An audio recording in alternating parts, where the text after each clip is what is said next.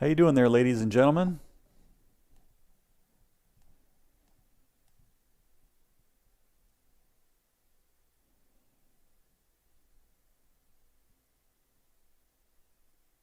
How you doing there, ladies and gentlemen? Okay. We got our little sound check. And we are continuing with creating a parcel area table. We did a little bit of that during the last session. And firstly, I'd like to start off. Let me get my things in order here.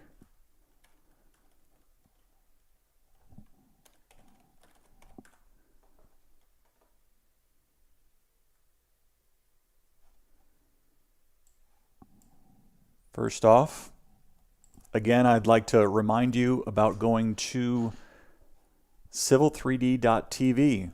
If you're looking for more and more tutorials, more and more live streams, more free tutorials, be sure to go to civil3d.tv and sign up for free Civil 3D tutorial updates.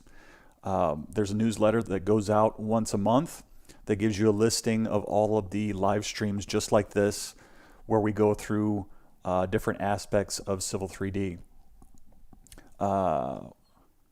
You can also click on previous live streams and previous YouTube videos that it's essentially, we go through about a half-hour tutorial, whatever we can cover during that time, and you get to see me work out my tutorials for my course here. You'll see down at the bottom, you'll see view the full lesson or view the full course. This actually, if I were to click on view full lesson, this goes to, in this exercise, you'll draw the pipe network. This goes to the subscription service that I offer. If you go to start free trial, let me go back here. If you click this blue button, start free trial, you get a 3-day trial for free to where you can access the entire library, and this is all the content, all of the edited content that gets straight to the point on how to utilize Civil 3D. And it also includes a lot of the exercise files as well, so you'll be able to download that. But yeah, check it out. 3-day trial. There's a 3-day trial with that, or you can go to youtube.com/civil3d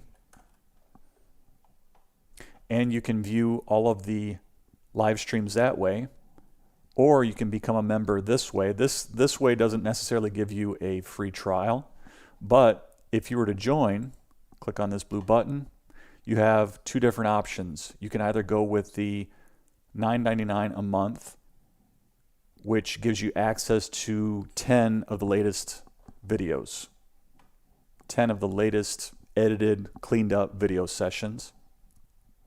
Or you can get the all access for $30 a month, which gives you access to everything, as well as the exercise files. So those are your options.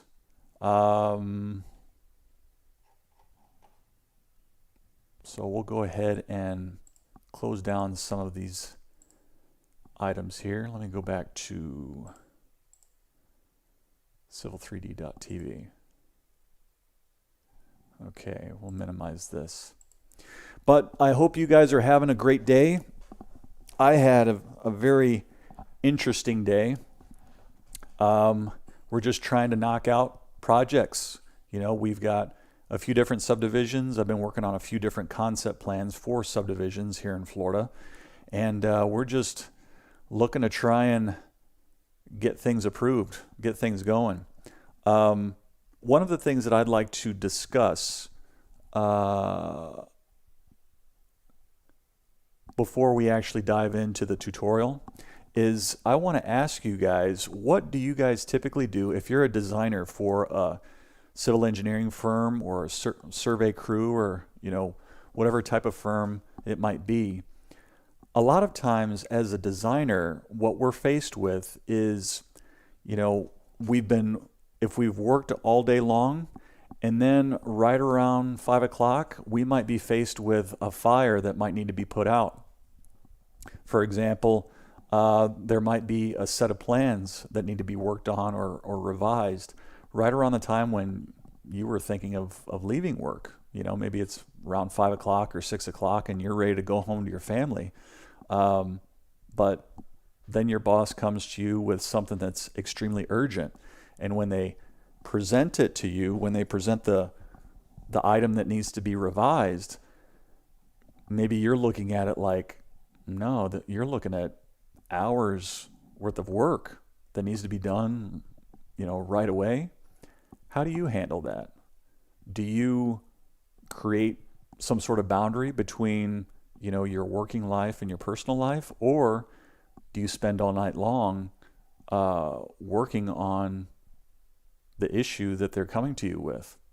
One of the things that I've seen in the past is that whenever one of my superiors needs something right away, like right, you know, at the end of the day, most of the time, if you're working on it right then and there, you're spending hours and hours of your nights working on some of these projects.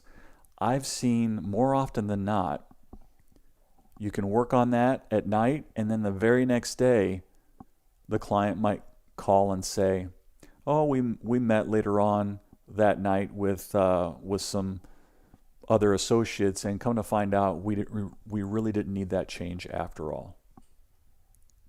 That's happened many times to me, and I've seen it happen to other people. So much so that, you know, if you're constantly working in that mode to impress and to try and make superiors happy in that way, and you're infringing on your own personal life boundary, all of a sudden you can start to get resentful, you know, when it comes to people coming to you at the end of the day and asking you for help. I've seen guys that burn the candle at both ends to try and get things done, and the relationship starts to sour after a while if there isn't some sort of boundary. You know, there are many times to where, you know, I've seen it in the past where a firm will want their employees within the office. They want them working within the office so that it reminds them of certain tasks or certain projects that need to be done. You know, so say for example, if your boss hasn't seen you all day long, but you've been working in the office, and towards the end of the day, all of a sudden they see you maybe walking to the print room or something like that, and all of a sudden that creates a reminder within their brain that, oh yeah, there's something else that needs to be done, but it's close to the end of the day. You know, it's something that, well, you know, I guess I'm glad that I reminded you to get to this task that needed to be done today, but in doing so, it kind of puts more and more pressure on the designer to where, well, look, you know, I have a personal life as well. So in the comments section, you know, have you ever had issues like that to where you needed to generate a boundary, you know, create a boundary to where, you know, this is my work life, that's over at this particular time, and then, you know, I have to get to my personal life. Maybe I have a wife or a kid or something like that, to where, look, you know, I need time with them as well. So it's a delicate balance. Everything is a balance in life. But I'd be curious to see what other people have dealt with, you know, or how you would manage the relationship if come 5 o'clock, people want you to work even longer. Maybe you can do that every once in a while, but if it's a repetitive thing, after a while, your relationship will start to get soured, you know, so. But anyways, something to think about. Now on to the tutorial. We're going to be getting into creating a parcel area table. Okay.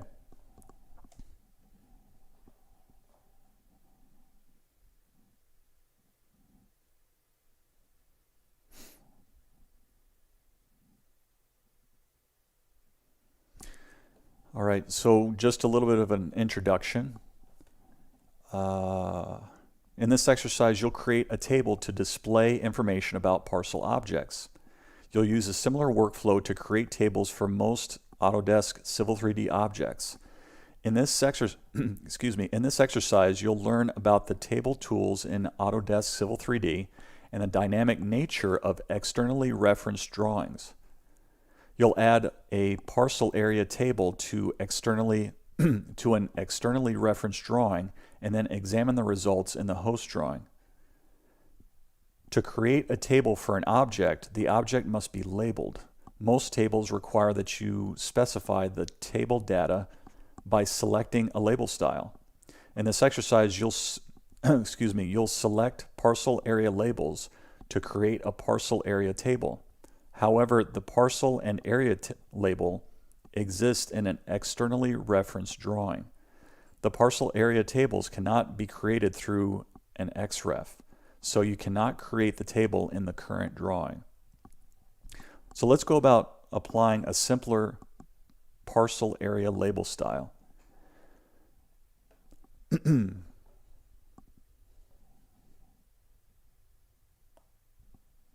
All right, we'll be dealing with two separate CAD files. We'll have the labels-4A drawing open, as well as the labels-parcel open. Labels-parcels open. And as you can see right here, the labels-parcels file is actually XREF'd into the labels-4A file. And you can see that right here. If we select this, you can see that this is XREF'd. And you can see that in the name, that it's the labels-parcels drawing right in here. You can also pull up the XREF, XR, for XREF, and you can see your XREFs this way. So we'll X out of that.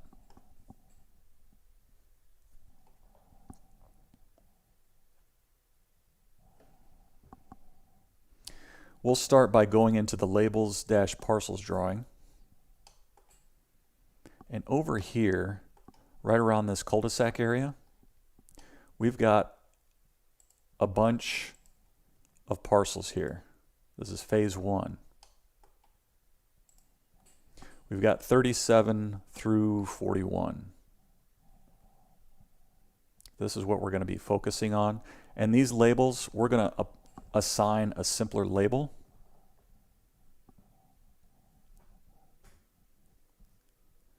And then after that, we're going to create a table that will display the parcel data.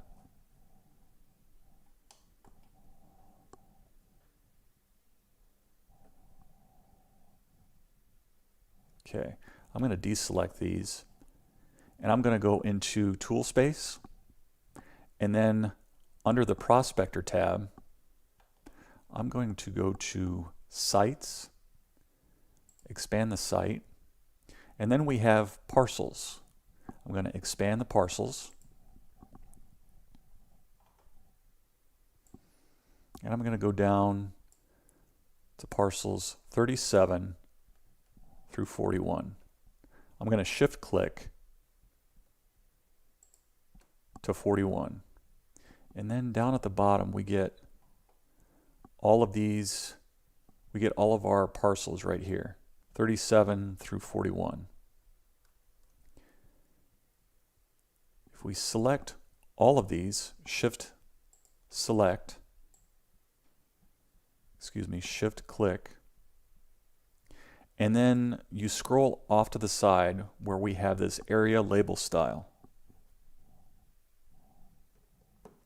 You can go up at the top of our column, right click, select edit to edit all of them at once.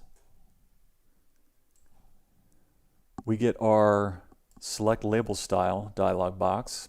If we click this drop down, we can select parcel number, then click OK. Then that changes our label to a much simpler label style. Okay, then I'm going to press escape. After that,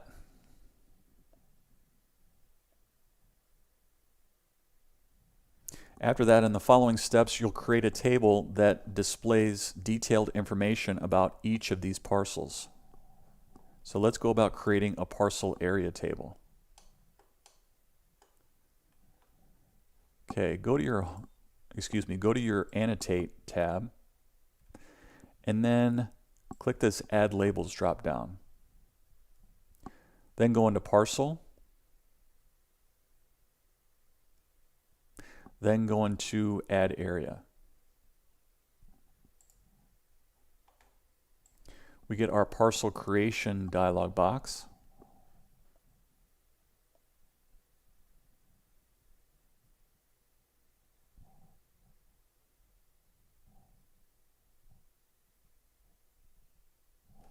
Then we're going to focus our attention on this area right here. Select by label or style.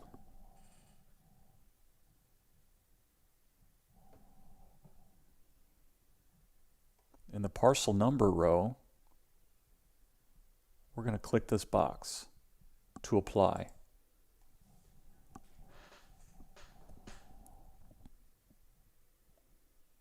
You can select multiple styles from which to create the parcel table. All the parcels that use the selected styles will be shown in the table. Then we're going to go ahead and click OK.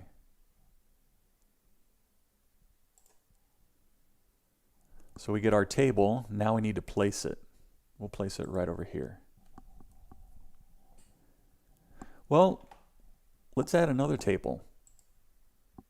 Let's add, come on, add area. Instead of applying it to the parcel number, let's apply it to the name, area, and parameter. Let's do that, see what that does. Then click OK. Then we get something totally different. That captures parcel 48 and 54. What do we have for 48 and 54?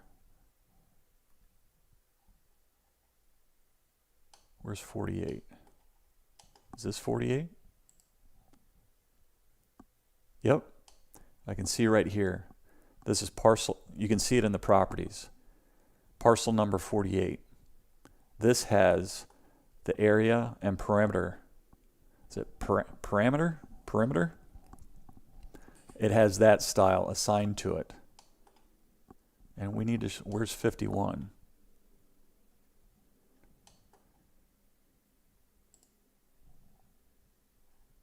Is it 51 or 54? Oh, it's 54, I'm sorry. See right here, this label style shows area and perimeter. And this is parcel number 54.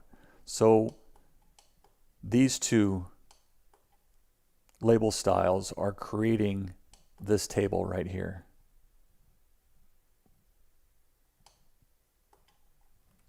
Let's do it for another one.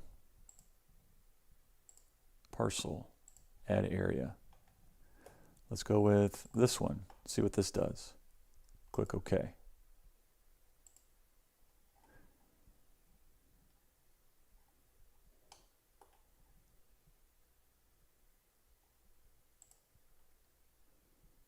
This table, go into table properties. Table style is area, perimeter, length, and bearing.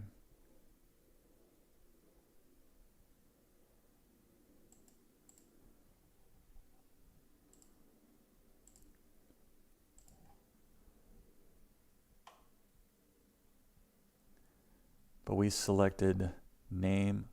Actually, the label style is name, square meter, and acres. So if that's the case, here we go. See the label style, or the label area style that's assigned to this? It's got acres and square meters. So all of the parcels that have that area label style get thrown into this table.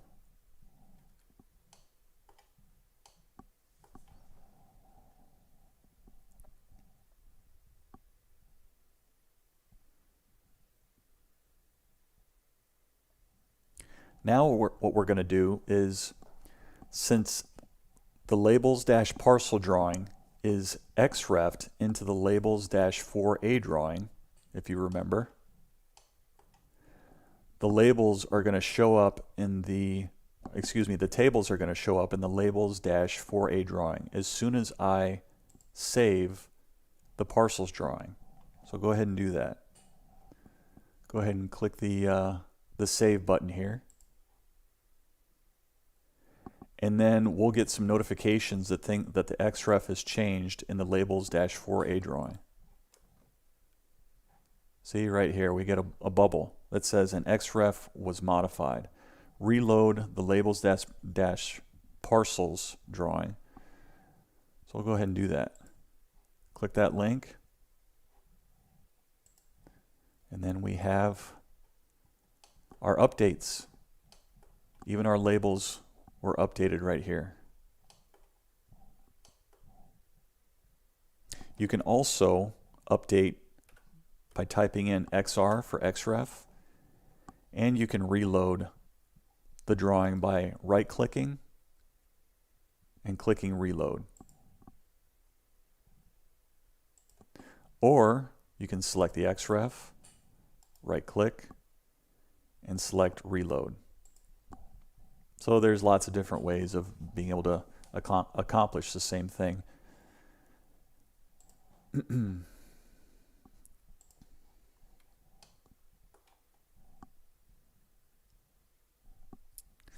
So that is essentially it.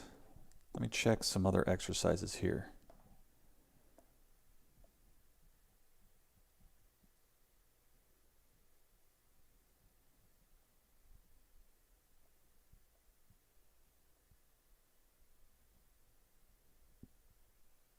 Okay, the next tutorial is going to be a little bit more involved, so we'll save that for next time. In the meantime, again, I encourage you to go to civil3d.tv to learn more and more. We've got all these free tutorials. My internet connection might be a little bit slow tonight, but you have access to all of this. And then, if you wanted to start a free 3-day trial, you get all access to all of the edited content, all of the course content, where everything is organized and easy to follow, along with the exercise files. Those are included as well. Or you can go to youtube.com/civil3d, click the blue join button, and then if you're on a budget, the $9.99 a month is available. You get the access to the latest 10 videos along with the exercise files. And there's also the option for the $29.99 a month subscription, which gives you access to everything as well as the exercise files. So there you have it, folks. That's essentially it. Again, with what we talked about previously as far as having boundaries in your work environment and in your personal environment, how do you gracefully create a boundary as far as, if your boss is looking for you to work late, is it that important? Is the project so important that it needs to be done right at the end of the day? If it is near the end of the day, most government agencies aren't open at around 5 o'clock. So maybe you can ask your employer, hey, maybe I could come in early to the next morning, to try and take care of these things that need to be done right away. Because most of the time, other offices, if something needs to be done right away for another office, most employees at other offices don't really hang around, after 5 o'clock or so. So you have to kind of think about that as well. But if you've been involved in those types of circumstances, how'd you handle it? I'd be curious I think that everybody within this channel would be interested to hear how you deal with those types of situations. And I'd be happy to read it, on the next tutorial or the next exercise, just to let everybody know, what's the best course of action, what's your strategy. So take care, guys. Have a great night, and I will talk to you later. Peace.